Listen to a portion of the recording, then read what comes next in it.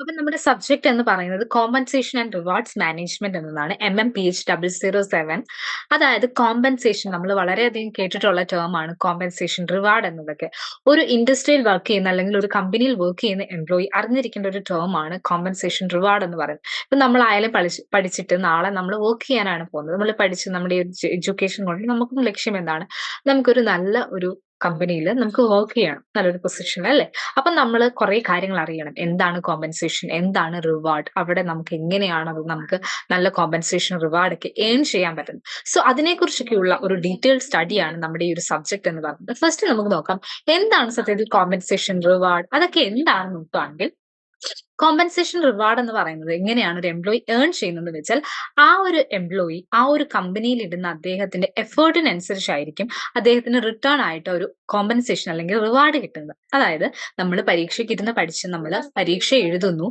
ആ ഒരു മാർക്കിനനുസരിച്ചായിരിക്കുമല്ലോ നമുക്ക് നമ്മുടെ റാങ്ക് കാര്യങ്ങളൊക്കെ വരത്തില്ലേ? അതുപോലെയാണ് ഇവിടെയും നമ്മൾ ഒരു എംപ്ലോയി ആയിട്ട് വർക്ക് ചെയ്യുമ്പോൾ നമ്മൾ ആ ഒരു കമ്പനിയിൽ എത്രത്തോളം ആ ഒരു കമ്പനിയിൽ എഫേർട്ട് ഇടുന്നു അതിനനുസരിച്ചായിരിക്കും നമുക്കുള്ള ആ ഒരു കോമ്പൻസേഷനും റിവാർഡും ഒക്കെ ലഭിക്കുന്നത്. അത് അളക്കുന്നതിന് അതായത് നമുക്ക് നമ്മുടെ മാർക്കാണ് നമ്മുടെ പാരാമീറ്റർ നമുക്ക് റാങ്ക് തരാനുള്ളതെങ്കിൽ ചില സമയത്ത് നമുക്കറിയാലോ നമ്മുടെ വൈവയിലെ പെർഫോമൻസ് നമ്മുടെ കോൺഫിഡൻസ് ഒക്കെ നമുക്ക് വൈവയുടെ എക്സാമിന് നമുക്ക് പ്രൊജക്ടിന് നമുക്ക് 2 പാർട്ടൊക്കെ ഉണ്ട്. വൈവയുണ്ട് അല്ലാതെ നമ്മുടെ പ്രൊജക്ടിന്റെ ആ ഒരു സബ്മിഷനും കാര്യങ്ങളൊക്കെ ഇവാലുവേറ്റ് ചെയ്യുന്നത് പോലെ അതാണല്ലോ നമുക്ക് മാർക്ക് കിട്ടുന്നതിനൊക്കെ റീസൺ. ഇവിടെയുള്ള കോമ്പൻസേഷൻ അല്ലെങ്കിൽ റിവാർഡിന്റെ ഒക്കെ പാരാമീറ്റേഴ്സ് നമ്മൾ അതിനെ അളക്കുന്നത് എങ്ങനെയാണെന്ന് വെച്ചാൽ ആ ഒരു എംപ്ലോയിയുടെ സ്കില്ല് അദ്ദേഹത്തിന്റെ അറിവ് അതായത് നോളജ് അദ്ദേഹത്തിന്റെ കാപ്പബിലിറ്റി എന്തൊക്കെയാണ് എന്തൊക്കെ ക്വാളിഫിക്കേഷൻ ആണ് ആ ഒരു വ്യക്തിക്കുള്ളത് ഇതെല്ലാം ഉപയോഗിച്ചുകൊണ്ടായിരിക്കും അവർക്ക് എന്ത് കൊടുക്കുന്നത് കോമ്പൻസേഷനും റിവാർഡ്സും. അതായത് അദ്ദേഹം അവിടെ പെർഫോം ചെയ്യുന്നത് അയാളുടെ ടാലന്റ് കൊണ്ടും സ്കില്ല് കൊണ്ടും നോളജ് കൊണ്ടും ഒക്കെ ആയിരിക്കില്ല. ആ ഒരു കാര്യങ്ങൾ എന്ത് ചെയ്യും അവർ ഇവാലുവേറ്റ് ചെയ്തിട്ടാണ് ആ ഒരു എംപ്ലോയിക്ക് എത്രത്തോളം കോമ്പൻസേഷൻ അവിടെ പ്രൊവൈഡ് ചെയ്യണമെന്ന് അവർ ഡിസൈഡ് ചെയ്യും. ഒരു കോമ്പൻസേഷൻ അല്ലെങ്കിൽ റിവാർഡ് മാനേജ്മെന്റിന്റെ ലക്ഷ്യം എന്ന് പറഞ്ഞു കഴിഞ്ഞാൽ തീർച്ചയായിട്ടും എന്താണ് അവരുടെ ആ ഉള്ളൊരു സ്കില്ലിനെ കുറച്ചുകൂടി ഡെവലപ്പ് ചെയ്യുക. അതുപോലെ തന്നെ എംപ്ലോയീസിന്റെ പേഴ്സണാലിറ്റീസ് ഒക്കെ എന്ത് ചെയ്യുക എൻഹാൻസ് ചെയ്യുക ഇൻക്രീസ് ചെയ്യുക. അതിലൂടെ അവർക്ക് എന്ത് ചെയ്യാൻ സാധിക്കും അവർക്ക് ബെറ്റർ ആയിട്ട് ഏൺ ചെയ്യുവാനും അട്രാക്റ്റീവ് ആയിട്ടുള്ള കോമ്പൻസേഷൻസ് ഇൻക്രീസ് ചെയ്ത് അവർക്ക് ഏൺ ചെയ്ത് എടുക്കുവാനായിട്ടും സാധിക്കും. പിന്നെ ഇതിന്റെ എയിം എന്ന് പറഞ്ഞാൽ to pay fair and justify remuneration on the basis of their skill effort competencies.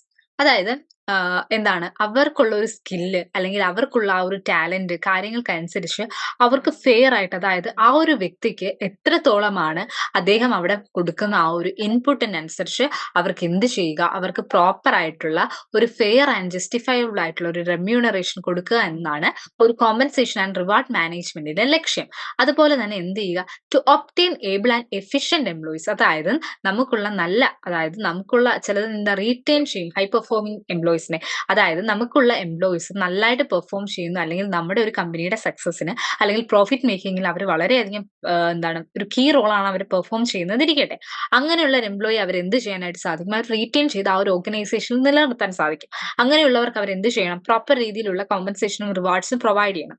അതുപോലെ നല്ല എംപ്ലോയീസിനെ ഹയർ ചെയ്യണമെങ്കിലും ഒക്കെ എന്ത് വേണ്ടി വരും പ്രോപ്പർ ആയിട്ടുള്ള എഫിഷ്യന്റ് രീതിയിൽ പോകണമെങ്കിലും എന്ത് വേണം നല്ലൊരു കോമ്പൻസേഷൻ അല്ലെങ്കിൽ റിവാർഡ് മാനേജ്മെന്റ് അവിടെ ഉണ്ടായിരിക്കണം.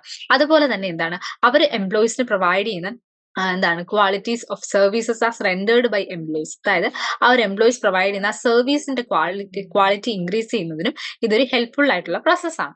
ഇനി ഈ ഒരു കോമ്പൻസേഷൻ ആൻഡ് റിവാർഡ്സ് മാനേജ്മെന്റ് നമ്മുടെ സബ്ജക്റ്റിനെ നമ്മൾ 4ആയിട്ടാണ് ക്ലാസിഫൈ ചെയ്യുന്നത്. അതായത് 4 സെക്ഷൻസ് ആയിട്ടാണ് നമ്മൾ ഇത് പഠിക്കാൻ പോകുന്നത്. 4 സെക്ഷൻസ് ആണ് നമ്മൾ പഠിക്കുന്നത്. ഫസ്റ്റ് ബ്ലോക്ക് എന്ന് പറയുന്നത് compensation and rewards and overview. അതായത് എന്താണ് കോമ്പൻസേഷൻ അതായത് അതിനെക്കുറിച്ചുള്ള ഒരു ഓവർവ്യൂ അതായത് ഒരു ആമുഖം പോലെ അതെന്തൊക്കെയാണ് അതിന്റെ കാര്യങ്ങൾ അല്ലെങ്കിൽ അതിന്റെ ബെനിഫിറ്റ്സ് അങ്ങനെയുള്ള കുറെ ടേംസ് ആൻഡ് കണ്ടീഷൻസ് കാര്യങ്ങളൊക്കെ ആയിരിക്കും നമ്മൾ അവിടെ പഠിക്കുന്നത്. സെക്കൻഡ് ബ്ലോക്കിൽ നമ്മൾ എന്താ പഠിക്കാൻ പോകുന്നത് legal frameworks of compensation and rewards. അതായത് നിയമപരമായുള്ള ആ ഒരു ലീഗൽ ഫ്രെയിംവർക്സിൽ കോമ്പൻസേഷനെ റിവാർഡ്സിനെ നമ്മൾ എങ്ങനെ കാണുന്നു നമ്മൾ പഠിക്കും. തേർഡ് ബ്ലോക്കിൽ നമ്മൾ എന്ത് പഠിക്കും 2 ടേമിനെ സെപ്പറേറ്റ് ആയിട്ട് നമ്മൾ പഠിക്കും. എന്താണ് കോമ്പൻസേഷൻ മാനേജ്മെന്റ് എന്ന് പഠിക്കും. ഫോർത്ത് ബ്ലോക്കിൽ റിവാർഡ്സ് മാനേജ്മെന്റ് നമ്മൾ പഠിക്കും. സോ ഫസ്റ്റ് ബ്ലോക്കിൽ നമ്മൾ കവർ ചെയ്യുന്ന ടോപ്പിക്സ് നോക്കുമ്പോൾ കോമ്പൻസേഷൻ ആൻഡ് റിവാർഡ്സ് ആൻഡ് ഓവർവ്യൂവിൽ നമ്മൾ ഫസ്റ്റ് യൂണിറ്റ് എന്ന് പറയുന്നത് കോമ്പൻസേഷൻ ആൻഡ് റിവാർഡ്സ് മാനേജ്മെന്റ്, അതായത് ആ ടേം റിലേറ്റഡ് ആയിട്ടുള്ള എന്തൊക്കെയാണ് കാര്യങ്ങൾ, എന്തൊക്കെയാണ് കോമ്പൻസേഷൻ ഉദ്ദേശിക്കുന്ന, റിവാർഡ്സ് എന്നതുകൊണ്ട് എന്താണ് ഉദ്ദേശിക്കുന്നത്, അതിന്റെ ഒരു മാനേജ്മെന്റ് സിസ്റ്റം എങ്ങനെയാണെന്ന് നോക്കും. അതുപോലെ കോമ്പൻസേഷൻ പോളിസി അല്ലെങ്കിൽ റിവാർഡ് സിസ്റ്റത്തിന്റെ ഫ്രെയിം വർക്ക്സ്, അതായത് നിയമപരമായ frame works, legal frame work അല്ല, നോർമൽ ആ ഒരു ഫ്രെയിം വർക്ക്സ് നമ്മൾ നോക്കും. അതുപോലെ തന്നെ എന്താണ് അതിന്റെ ഒരു എക്കണോമിക് അല്ലെങ്കിൽ ബിഹേവിയറൽ ഇഷ്യൂസ് എന്തൊക്കെയാണ് ഇത് റിലേറ്റഡ് ആയിട്ടുള്ള, സാമ്പത്തികമായിട്ട് അല്ലെങ്കിൽ ബിഹേവിയറൽ ഇഷ്യൂസ് ഏതൊക്കെയാണ് ഇത് റിലേറ്റഡ് ഉള്ളത്. അതുപോലെ ഇതിന്റെ ഒരു ഇന്റർനാഷണൽ ട്രെൻഡ്സ്, അതായത് ഈ ഒരു കോമ്പൻസേഷൻ ആൻഡ് റിവാർഡ്സിന്റെ ഒരു ഇന്റർനാഷണൽ ട്രെൻഡ് എപ്രകാരമാണെന്ന് നമ്മൾ നോക്കും. അപ്പൊ ഫസ്റ്റ് യൂണിറ്റ്, ഇനി ഓരോ യൂണിറ്റിലും നമുക്ക് നോക്കാം. നമ്മൾ നേരത്തെ ഇത് നമ്മൾ പറഞ്ഞു, ഓരോ യൂണിറ്റ് നമ്മൾ പറഞ്ഞു. ആ ഒരു യൂണിറ്റ് ഒന്നുകൂടെ അതിന്റെ ഒബ്ജക്റ്റീവ്സ് നമ്മൾ നോക്കുകയാണ്. ഫസ്റ്റ് എന്ന് പറഞ്ഞാൽ കോമ്പൻസേഷൻ ആൻഡ് റിവാർഡ്സ് മാനേജ്മെന്റ്. ആ ഒരു യൂണിറ്റിൽ നമ്മൾ എന്തൊരു കോമ്പൻസേഷന്റെ കൺസെപ്റ്റ് എന്താണെന്ന് നമ്മൾ നോക്കും. നേരത്തെ ഞാൻ പറഞ്ഞ പോലെ എന്താണ് കോമ്പൻസേഷൻ, അല്ലെങ്കിൽ അതുകൊണ്ട് ആ ടേം കൊണ്ട് ഉദ്ദേശിക്കുന്നത് എന്താണ്. കോമ്പൻസേഷൻ ഡയറക്റ്റും ഉണ്ട്, ഇൻഡയറക്റ്റ് കോമ്പൻസേഷനും ഉണ്ട്. രണ്ട് രീതിയിലുള്ള കോമ്പൻസേഷൻ ആണ് നമുക്ക് കാണാൻ സാധിക്കുന്നത്. അപ്പൊ ആ ഡയറക്റ്റ് കോമ്പൻസേഷൻ എന്താണ്, ഇൻഡയറക്റ്റ് കോമ്പൻസേഷൻ എന്താണെന്ന് നോക്കും. അതുപോലെ തന്നെ കോമ്പൻസേഷൻ റോൾ, ഒരു ഓർഗനൈസേഷനെ സംബന്ധിച്ചിടത്തോളം ഒരു കോമ്പൻസേഷൻ കൊടുക്കേണ്ടതിന്റെ ആവശ്യകത അല്ലെങ്കിൽ അതിന്റെ റോൾ എങ്ങനെയാണ്, അതുപോലെ തന്നെ അതിന്റെ സ്ട്രക്ചർ ഏത് രീതിയിലാണെന്ന് നോക്കും. പിന്നെ കോമ്പൻസേഷൻ പ്രോഗ്രാംസ് ഉണ്ട്, അതിനെക്കുറിച്ച് ഡിസ്കസ് ചെയ്യും. അതിന്റെ ഫംഗ്ഷൻസ് ആൻഡ് റെസ്പോൺസിബിലിറ്റീസ് എന്തൊക്കെയാണെന്ന് നോക്കും. പിന്നെ കോർപ്പറേറ്റ് കോമ്പൻസേഷൻ പോളിസി, നമ്മൾ ഓരോ ടേംസിനും ചില കാര്യങ്ങൾ നമ്മൾ ഡിഫറെന്റ് ടൈപ്സ് ഓഫ് പോളിസീസ് പഠിക്കില്ല, അതുപോലെ കോമ്പൻസേഷൻ റിലേറ്റഡ് ഒന്നാണ് കോർപ്പറേറ്റ് കോമ്പൻസേഷൻ പോളിസി എന്നൊരു ടേം, അത് നമ്മൾ പഠിക്കും. അതുപോലെ ഇഷ്യൂസ് ആൻഡ് കറന്റ് ട്രെൻഡ്സ്, അതായത് കറന്റ് ട്രെൻഡ്സും ഇഷ്യൂസും കാര്യങ്ങളൊക്കെ എന്താണെന്ന് നമ്മൾ നോക്കും. ഇനി സെക്കൻഡ് യൂണിറ്റിൽ നമ്മൾ നോക്കാൻ പോകുന്നതിന്റെ frame works of compensation policy and reward system. അതിന്റെ ഒരു ഫ്രെയിം വർക്ക് എപ്രകാരമാണ്, അതായത് നമുക്ക് different types of frame works കാണാം. അതിൽ അത് മാക്രോ പോളിസി ഫ്രെയിം വർക്ക് ഉണ്ട്, മൈക്രോ പോളിസി കൺസിഡറേഷൻസ് ഉണ്ട്. ഇത് നമ്മൾ ആ ഒരു ടേം എന്തുകൊണ്ടാണ് അങ്ങനെ ഒരു ടേം വന്നത്, അല്ലെങ്കിൽ അതിന്റെ റീസൺസ്, അത് എങ്ങനെയുള്ളതാണ് ആ ഒരു പോളിസി നമ്മൾ നോക്കും. അതുപോലെ തന്നെ ഒരു മാനേജ്മെന്റ് ഡൈവേർജന്റ് പെർസ്പെക്ടീവ്സ് ഏതൊക്കെയാണെന്ന് നോക്കും. പിന്നെ seventh pay commission, different types of pay കമ്മീഷൻസിലെ സെവൻത് പേ കമ്മീഷൻസ് നമ്മൾ നോക്കും. പിന്നെ രണ്ട് കേസ് സ്റ്റഡീസ് ആണ് നമ്മൾ നോക്കുന്നത്, അതായത് അപ്രോച്ച്, പബ്ലിക് സെക്ടർ പേ റിവിഷന്റെ ഒരു അപ്രോച്ചിനെ കുറിച്ചുള്ള ഒരു കേസ് സ്റ്റഡിയും, വേജ് റിവിഷൻ, ന്യൂസ് പേപ്പർ ഇൻഡസ്ട്രിയിൽ ഒരു വേജ് റിവിഷന്റെ ഒരു കേസ് സ്റ്റഡി നമുക്ക് ഇതിൽ പഠിക്കാനുണ്ട്. ഈ തേർഡ് യൂണിറ്റിലെ എക്കണോമിക് ആൻഡ് ബിഹേവിയറൽ ഇഷ്യൂസ്, അതായത് എക്കണോമിക് പരമായിട്ട് അല്ലെങ്കിൽ ബിഹേവിയറൽ ഇഷ്യൂസ് ഏതൊക്കെയാണെന്ന് നോക്കും. അതിനൊരു ഇൻട്രൊഡക്ഷൻ പാർട്ട് ഉണ്ടായിരിക്കും. അതുപോലെ തന്നെ സെലക്ട് വേജ് തിയറീസും എക്കണോമിക് ഇഷ്യൂസ് റിലേറ്റഡ്, അതായത് വേജ് തിയറീസ് പല കാര്യങ്ങളുണ്ട്, എക്കണോമിക് ഇഷ്യൂസ് റിലേറ്റഡ് കാര്യങ്ങൾ അതിനെക്കുറിച്ച് നോക്കും. ബിഹേവിയറൽ തിയറീസ്, റെലവെന്റ് ഇഷ്യൂസ്, അതായത് ബിഹേവിയർ തിയറീസ് നമ്മൾ ആ ഒരു ഹെഡിനെ കുറിച്ചിട്ടുള്ള ഡീറ്റെയിൽഡ് ആണ് നമ്മൾ പഠിക്കുന്നത്. ബിഹേവിയറൽ തിയറീസ് എന്താണ്, അത് റിലേറ്റഡ് ആയിട്ടുള്ള ഇഷ്യൂസ് എന്താണ്, നമ്മൾ നേരത്തെ കണ്ട ഒരു കമ്പനി പോളിസീസ് നമ്മൾ പറഞ്ഞില്ല, ഡിഫറെന്റ് ടൈപ്സ് ഓഫ് പോളിസീസ് കാണും. അപ്പൊ ആ ഒരു കമ്പനി പോളിസീസിന്റെ ഇംപ്ലിക്കേഷൻ ഫോർ കമ്പനി പോളിസീസ് ഏതൊക്കെയാണെന്ന് നമ്മൾ നോക്കും. ഇനി അടുത്തതെന്ന് പറഞ്ഞ ഒരു ഇന്റർനാഷണൽ ട്രെൻഡ് ആണ്. ഇന്റർനാഷണൽ ട്രെൻഡ്സ് എന്താണ്, ഈ ഒരു കോമ്പൻസേഷൻ റിലേറ്റഡ് എന്താണ് നമ്മൾ ഫോർത്ത് യൂണിറ്റിൽ നോക്കുന്നത്. അതായത് ഏതൊക്കെയാണ് എമേർജിംഗ് ട്രെൻഡ്സ് ആയിട്ടുള്ളത്, ഏതൊക്കെയാണ്. അതുപോലെ ജോബ് റിലേറ്റഡ് കോമ്പൻസേഷൻ ചില ലിമിറ്റേഷൻസ് ഉണ്ട്. നമുക്കറിയാം ഏതൊരു ടേമിനും മെറിറ്റ്സും ഉണ്ട്, ഡിമെറിറ്റ്സും ഉണ്ട്. അതുപോലെ തന്നെ ഇതിന്റെ ചില ലിമിറ്റേഷൻസ് നമുക്ക് ഇവിടെ പഠിക്കാനായിട്ട് സാധിക്കും. അതുപോലെ തന്നെ paradox of performance related compensation ഏതാണെന്ന് നോക്കും. കോമ്പിറ്റൻസി ബേസ്ഡ് കോമ്പൻസേഷനും ഏതാണെന്ന് ഈ ഒരു യൂണിറ്റിൽ നമ്മൾ കവർ ചെയ്യും. ഇത് സെക്കൻഡ് ബ്ലോക്ക് എന്ന് പറഞ്ഞാൽ ലീഗൽ ഫ്രെയിംവർക്സ് ആണ്. കോമ്പൻസേഷൻ ആൻഡ് റിവാർഡ്സിന്റെ ലീഗൽ ഫ്രെയിംവർക്സ് ആണ്. അവിടെ നമുക്ക് രണ്ട് യൂണിറ്റ് ആണുള്ളത്, ബേസ് ഓഫ് വേജസ് ഡിറ്റർമിനേഷനും ലീഗൽ ഫ്രെയിംവർക്സും. അതിൽ ഫസ്റ്റ് എന്ന് പറഞ്ഞാൽ ബേസസ് ഓഫ് വേജസ് ഡിറ്റർമിനേഷൻ, അതായത് വേജസ് ഡിറ്റർമിനേഷന്റെ ബേസിസ് ഏതൊക്കെയാണ്. അത് പല രീതിയിലുണ്ട്. എക്കണോമിക് ആസ്പെക്ട്സ് ഉണ്ട്. സാമ്പത്തികപരമായിട്ട് നമ്മൾ നോക്കുമ്പോൾ ഒരു വേജ് ഡിറ്റർമിനേഷൻ ഉണ്ട്, സോഷ്യോളജിക്കൽ പെർസ്പെക്റ്റീവിലുണ്ട്, ആസ്പെക്ട്സിലുണ്ട്, പൊളിറ്റിക്കൽ ആസ്പെക്ട്സിലുണ്ട്, അതുപോലെ തന്നെ സൈക്കോളജിക്കലുണ്ട്, എത്തിക്കലുണ്ട്, ഓർഗനൈസേഷൻ. പിന്നെ ഓർഗനൈസേഷന്റെ എബിലിറ്റി എങ്ങനെയാണ് ഒരു പേയെ സംബന്ധിച്ചിടത്തോളം, ഒരു പേയ്മെന്റിനെ സംബന്ധിച്ചിടത്തോളം എങ്ങനെയാണ്, പ്രിവെയിലിംഗ് മാർക്കറ്റ് റേറ്റ് ഏതൊക്കെയാണ്, അതുപോലെ തന്നെ കോസ്റ്റ് ഓഫ് ലിവിംഗ്, പിന്നെ പ്രൊഡക്ടിവിറ്റി, അതുപോലെ ട്രേഡ് യൂണിയൻസ് ബാർഗൈനിങ് പവർ ഏതൊക്കെയാണെന്ന് നോക്കും. അതുപോലെ തന്നെ ലാസ്റ്റിൽ നമ്മൾ ഈ ഒരു യൂണിറ്റിൽ നോക്കാൻ പോകുന്നത് ജോബ് ഇവാലുവേഷൻ. നമുക്ക് വളരെയധികം ഇമ്പോർട്ടന്റ് ആയിട്ട് നമ്മൾ ഒരു ഓർഗനൈസേഷനെ സംബന്ധിച്ചിടത്തോളം ഉള്ള ഒരു ടേം തന്നെയാണ് ജോബ് ഇവാലുവേഷൻ എന്ന് പറയുന്നത്. അതായത് പെർഫോമൻസിനൊക്കെ ഇവാലുവേറ്റ് ചെയ്യുന്ന പ്രോസസ് ഒക്കെ ഉണ്ട്. പിന്നെ സിക്സ്ത് യൂണിറ്റിലുള്ളതെന്ന് പറഞ്ഞാൽ ലീഗൽ ഫ്രെയിംവർക്സ് ആണ്. അവിടെ സ്റ്റാറ്റുറ്ററി മിനിമം വേജ് ഏതാണെന്ന് നമ്മൾ നോക്കും. അതായത് നിയമപരമായിട്ടുള്ള ഒരു സ്റ്റാറ്റുറ്ററി മിനിമം ആയിട്ട് ഒരു എംപ്ലോയിക്ക് കൊടുക്കേണ്ട വേജ് എത്രയാണെന്നാണ് ഫസ്റ്റിൽ നമ്മൾ നോക്കുന്നത് ഈ ഒരു യൂണിറ്റിൽ. പിന്നെ bare substance of minimum wage, minimum വേജിനെ കുറിച്ച് നോക്കും. ലിവിംഗ് വേജ് നോക്കും. ഫെയർ വേജ് ഏതാണ്, വീണ്ടും മിനിമം വേജ്. പിന്നെ എന്താണ് നീഡ് ബേസ്ഡ് മിനിമം വേജ് എന്താണ്, അതുപോലെ തന്നെ ലേബർ ലെജിസ്ലേഷൻ പ്രകാരം, നിയമപരമായിട്ടുള്ള ലേബർ ലെജിസ്ലേഷൻ പ്രകാരമുള്ള ഡെഫിനിഷൻസ്, വേജസിന്റെ ഡെഫിനിഷൻസ് നോക്കും. അതുപോലെ തന്നെ വേജ് കോഡ് 2019 ആ ഒരു ആക്ട് പ്രകാരമുള്ള ഡെഫിനിഷനെ നമ്മൾ നോക്കും. ഇനി അടുത്തെന്ന് പറഞ്ഞാൽ ബ്ലോക്ക് 3 ആണ്. നമ്മൾ പറഞ്ഞു 2 ടേമിനെ നമ്മൾ സ്പ്ലിറ്റ് ചെയ്താണ് ഈ ഒരു ബ്ലോക്കിൽ പഠിക്കുന്നത്. ഫസ്റ്റ് നമ്മൾ കോമ്പൻസേഷൻ മാനേജ്മെന്റ് ആണ് നോക്കുന്നത്. ഇവിടെ ജോബ് ഇവാലുവേഷൻ നേരത്തെ നമ്മളൊരു യൂണിറ്റിൽ നമ്മൾ കണ്ടിരുന്നു. അതിനകത്തൊരു ഒബ്ജക്റ്റീവ് ഉണ്ടായിരുന്നു ജോബ് ഇവാലുവേഷൻ എന്ന് പറഞ്ഞ്. ഇവിടെ നമ്മൾ യൂണിറ്റ് 7ൽ നമ്മൾ ജോബ് ഇവാലുവേഷൻ നടത്തും. അതുപോലെ ഇന്റേണൽ ഇക്വിറ്റിയെ കുറിച്ച് പഠിക്കും. 8th യൂണിറ്റിൽ പേ സ്ട്രക്ചർ ഏത് രീതിയിലാണെന്ന് നോക്കും. പിന്നെ ഉള്ളത് നമ്മൾ ഇന്റേണൽ പഠിച്ചതുപോലെ ഇനി എക്സ്റ്റേണൽ 9th യൂണിറ്റിൽ എക്സ്റ്റേണൽ ഇക്വിറ്റി ആണ്. അതുപോലെ തന്നെ പേ സർവീസ് നോക്കും. 10th യൂണിറ്റിൽ ഇൻസ്റ്റിറ്റ്യൂഷണൽ മെക്കാനിസം ഫോർ കോമ്പൻസേഷൻ ആണ് നമ്മൾ നോക്കുന്നത്. ഇനി ഓരോ യൂണിറ്റ് നോക്കാം. 7th യൂണിറ്റ് നോക്കുക job evaluation and internal equity. അതിൽ നമ്മൾ എന്താണ് ആ ഒരു ടേം കൊണ്ട് ഉദ്ദേശിക്കുന്നത്, അല്ലെങ്കിൽ കൺസെപ്റ്റ് എന്താണ്, ഇന്റേണൽ അല്ലെങ്കിൽ എക്സ്റ്റേണൽ ഇക്വിറ്റി എന്നതുകൊണ്ടുള്ള കൺസെപ്റ്റ് എന്താണ് ഉദ്ദേശിക്കുന്നത് എന്ന് നോക്കും.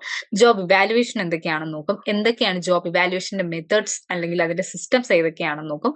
ജോബ് അനാലിസിസ്, നേരത്തെ നമ്മൾ ജോബ് ഇവാലുവേഷൻ പറഞ്ഞ പോലെ ഡിഫറെന്റ് ടേംസ് ഉണ്ട് ജോബ് റിലേറ്റഡ്. ജോബ് അനാലിസിസ് ഉണ്ട്, ജോബ് ഡിസ്ക്രിപ്ഷൻ ഒക്കെ JD കേട്ടിട്ടുണ്ടായിരിക്കാം. നിങ്ങളൊരു CV ഒരു റെസ്യൂം ഒക്കെ നിങ്ങൾ പ്രിപ്പയർ ചെയ്യാൻ നിങ്ങൾക്ക് അറിയാമെങ്കിൽ JD എന്നൊക്കെ പറയുന്ന ഈ വേക്കൻസീസ് ഒക്കെ വരുമ്പോൾ ഉള്ളത് ഇതാണ് ജോബ് ഡിസ്ക്രിപ്ഷൻ എന്ന് പറയുന്നത്. ലിങ്കിങ് വേജ് അല്ലെങ്കിൽ ഫിക്സേഷൻ നമ്മൾ നോക്കും. ഇംപ്ലിമെന്റിംഗ് ജോബ് ഇവാലുവേഷൻ അടുത്തൊരു term. ഇനി യൂണിറ്റ് 8ൽ പേ സ്ട്രക്ചർ ആണ് നോക്കുന്നത്. അവിടെ ഇൻട്രൊഡക്ഷൻ നോക്കും. ആ ഒരു വേജിന്റെ കൺസെപ്റ്റ് എന്താണ്, സാലറി, പേ പാക്കറ്റ്സ് എന്തൊക്കെയാണ് അതുകൊണ്ട് ഉദ്ദേശിക്കുന്നത് നോക്കും. പിന്നെ ബേസിക് വേജ് കൺസെപ്റ്റ് എന്താണ്, പേ പാക്കറ്റ് പ്രകാരമുള്ള ബേസിക് വേജ് കൺസെപ്റ്റ് എന്താണ്, ഡിയർനെസ് അലവൻസ് അതായത് അതിന്റെ പേ പാക്കറ്റിന്റെ ഡിയർനെസ് അലവൻസ് കമ്പോണന്റ് എന്താണ്, അതുപോലെ തന്നെ എന്താണ് payment by result or incentive payment. പിന്നെ സ്റ്റാറ്റുട്ടറി ബോണസ് എന്തൊക്കെയാണ്, allowances, fringe benefits, social securities എന്തൊക്കെയാണ്. Allowances, fringe benefits, social security നമ്മൾ കേട്ടിട്ടുള്ള ടേംസ് ആയിരിക്കും അലവൻസസ് ഒക്കെ.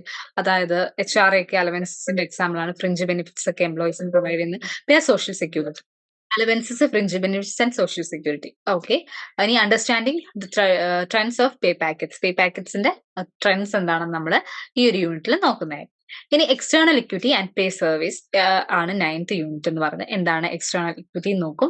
അതിൽ പേ അല്ലെങ്കിൽ അതിന്റെ കമ്പോണൻസ് എന്തൊക്കെയാണെന്ന് നോക്കും. ഫെയർ പേ അതായത് ഫെയർ വർക്കിന് ഫെയർ ആയിട്ടുള്ള ഒരു പേ അതെന്താണ്, ഏത് രീതിയിലാണ് പ്രൊവൈഡ് ചെയ്യേണ്ടത്, പേ സർവീസ് എന്തൊക്കെയാണെന്ന് നോക്കും. ഇനി 10th യൂണിറ്റിൽ നമുക്ക് ഇൻസ്റ്റിറ്റ്യൂഷണൽ മെക്കാനിസംസ് ഫോർ കോമ്പൻസേഷൻ അതായത് കോമ്പൻസേഷനുള്ള ഇൻസ്റ്റിറ്റ്യൂഷണൽ മെക്കാനിസംസ് ഏതൊക്കെയാണെന്ന് നോക്കും. Public policy and legal frameworks ആണ് അതിലെ ഫസ്റ്റ് ടോപ്പിക് നമ്മൾ നോക്കുന്നത്. പിന്നെ യൂണിലാറ്ററൽ പേ ഫിക്സേഷന്, കളക്റ്റീവ് ബാർഗൈനിങ്, പേ കമ്മീഷൻസ്, വേജ് ബോർഡ്സ്, അഡ്ജുഡിക്കേഷൻ തുടങ്ങിയ ടേംസ് ആണ് നോക്കിയാൽ ഈ ഒരു സബ്ജക്റ്റിൽ നമ്മൾ നോക്കുന്നത്. ഈ ഒരു യൂണിറ്റിൽ നമ്മൾ നോക്കുന്നത്. ലാസ്റ്റ് ബ്ലോക്ക് 4 റിവാർഡ്സ് മാനേജ്മെന്റ് അതായത് സബ്ജക്റ്റിന്റെ ടോപ്പിക് ആയിട്ടുള്ള റിവാർഡ്, അതിലെ ഒരു ടേം ആയിട്ടുള്ള റിവാർഡ്സ് മാനേജ്മെന്റ് എന്നാണ് നോക്കും. അതിൽ യൂണിറ്റ് 11ലെ റിവാർഡ് സിസ്റ്റം എന്താണെന്ന് നോക്കും. 12ൽ ഇൻസെന്റീവ് സ്കീംസ് നോക്കും. പിന്നെ 13ൽ അലവൻസ്, പെർക്വിസിറ്റ്സ് ആൻഡ് ബെനിഫിറ്റ്സ് അതാണ് നോക്കുന്നത്. Unit 11 reward system. അവിടെ എന്ന് പറഞ്ഞാൽ ഈ റിവാർഡ് സിസ്റ്റത്തിന്റെ ആവശ്യകത എന്താണ്, അതിന്റെ നീഡ് എന്താണ്, ബേസിക് വേജസ് കൊണ്ട് ഉദ്ദേശിക്കുന്നത് എന്താണ്, ഡിയർനെസ് അലവൻസ് DA നമ്മൾ കേട്ടിട്ടുണ്ടായിരിക്കും. നമുക്ക് ഒരു സാലറി കിട്ടുമ്പോൾ ഇതെല്ലാം കൂടെ ചേർത്താണ് ബാക്കി വരുന്നത്. ബേസിക് സാലറി കൂടാതെ നമുക്ക് കിട്ടുന്ന കാര്യങ്ങളാണ് ഡിയർനെസ് അലവൻസ് ഒക്കെ. പിന്നെ ഡിയർനെസ് അലവൻസ് കൂടാതെ മറ്റ് പല അലവൻസുകളുണ്ട്, അത് നോക്കാം. പിന്നെ ഫ്രിഞ്ച് ബെനിഫിറ്റ്സ്, ജോബ് ഡിസൈനിലുള്ള ഫ്രിഞ്ച് ബെനിഫിറ്റ്സ് ഏതൊക്കെയാണെന്ന് നോക്കും. ഇനി ഇൻസെന്റീവ് സ്കീം നമ്മൾ കേട്ടിട്ടുണ്ടായിരിക്കും. Bonus, profit sharing, stock options എന്നൊക്കെ കേട്ടിട്ടുണ്ടായിരിക്കും അല്ലേ. നമ്മൾ കൊമേഴ്സ് പഠിക്കുമ്പോൾ കേട്ടിട്ടുള്ള ടേംസ് ആണ് ഇതൊക്കെ. സോ യൂണിറ്റ് 12ൽ അതാണ് ബോണസ്, അതായത് എംപ്ലോയി സംബന്ധിച്ചുള്ള ബോണസ് എന്താണ്, പ്രോഫിറ്റ് ഷെയറിംഗ് എന്താണ് ഉദ്ദേശിക്കുന്നത്, സ്റ്റോക്ക് ഓപ്ഷൻസ് എന്തൊക്കെയാണെന്ന് നോക്കും. യൂണിറ്റ് 13ൽ നമ്മൾ നോക്കുന്ന അലവൻസ്, പെക്വിസിറ്റ്സ് ആൻഡ് ബെനിഫിറ്റ്സ് ആണ്. അതിന്റെ ഒരു ഇൻട്രോഡക്ഷൻ പാർട്ട് നോക്കും. പിന്നെ എന്താണ് അതായത് അലവൻസ് ഒക്കെ ഒന്ന് ഓർത്ത്, നേരത്തെ ഞാൻ പറഞ്ഞ പോലെ human resource house rent allowance, HR എന്ന് പറഞ്ഞാൽ ഹൗസ് റെന്റ് അലവൻസ് അതൊരു എക്സാമ്പിൾ ആണ് അലവൻസിന്റെ. നമ്മൾ എംപ്ലോയിക്കൊക്കെ ജോലി ചെയ്യുമ്പോഴത്തേക്കിന് വേറൊരു സ്ഥലത്തൊക്കെ നിൽക്കേണ്ടി വരുമ്പോഴത്തേക്കും നമുക്ക് ഇത്ര പെർസെന്റേജ് അതിന് കാൽക്കുലേഷൻസ് ഒക്കെ ഉണ്ട്. അപ്പം HRA ഒക്കെ പ്രൊവൈഡ് ചെയ്യാറുണ്ട്. അപ്പൊ ആ ഒരു HRA അത് ഒരു അലവൻസിന് എക്സാമ്പിൾ ആണ്. അപ്പം അതുപോലെ പെർക്വിസിറ്റ്സ് ഉണ്ട്. അങ്ങനെയുള്ള പല, അതായത് നമ്മുടെ സാലറി കൂടാതെ നമ്മൾ അവിടെ പ്രൊവൈഡ് ചെയ്യുന്ന കാര്യങ്ങളാണ് ഈ അലവൻസ്, പെക്വിസിറ്റ്സ്, ബെനിഫിറ്റ്സ് ഒക്കെ എന്ന് പറഞ്ഞാൽ അതിനൊരു ഇൻട്രൊഡക്ഷൻ ഉണ്ട്. പിന്നെ ഡൗൺ സൈസിങ്ങിന്റെ റീസൺസ് എന്തൊക്കെയാണെന്നുള്ളതാണ്, അതൊരു ടേം ആണ്, അത് എന്താണെന്ന് നമ്മൾ അത് നോക്കും. പിന്നെ വോളണ്ടറി റിട്ടയർമെന്റ് സ്കീംസ്, അതായത് നമ്മൾ VR എടുക്കാം, അതായത് നമുക്ക് റിട്ടയർ ചെയ്യാൻ ടൈം ആയില്ല, പക്ഷെ നമ്മൾ സ്വമേധയാ അതിന് മുമ്പ് ചിലപ്പോൾ ഹെൽത്ത് ഇഷ്യൂസ് കാരണമൊക്കെ ചിലർ VR എടുക്കാറുണ്ട്, വോളണ്ടറി റിട്ടയർമെന്റ്. അപ്പൊ അതിന്റെ സ്കീംസ് കാര്യങ്ങൾ എന്തൊക്കെയാണ്. സോ ഇത്രയാണ് നമുക്ക് ഈ ഒരു സബ്ജക്റ്റ് നമുക്ക് നോക്കാനുള്ളത്. സോ ഇതിന്റെ ഡീറ്റെയിൽഡ് ആയിട്ടുള്ള ഓരോ ക്ലാസ് നമുക്ക് നെക്സ്റ്റ് ഇതിൽ നമുക്ക് ഓരോ യൂണിറ്റ് വൈസും അല്ലെങ്കിൽ ഓരോ ബ്ലോക്ക് വൈസും ഉള്ളത് നമുക്ക് നെക്സ്റ്റ് ക്ലാസ്സിൽ നമുക്ക് നോക്കാം. Thank you.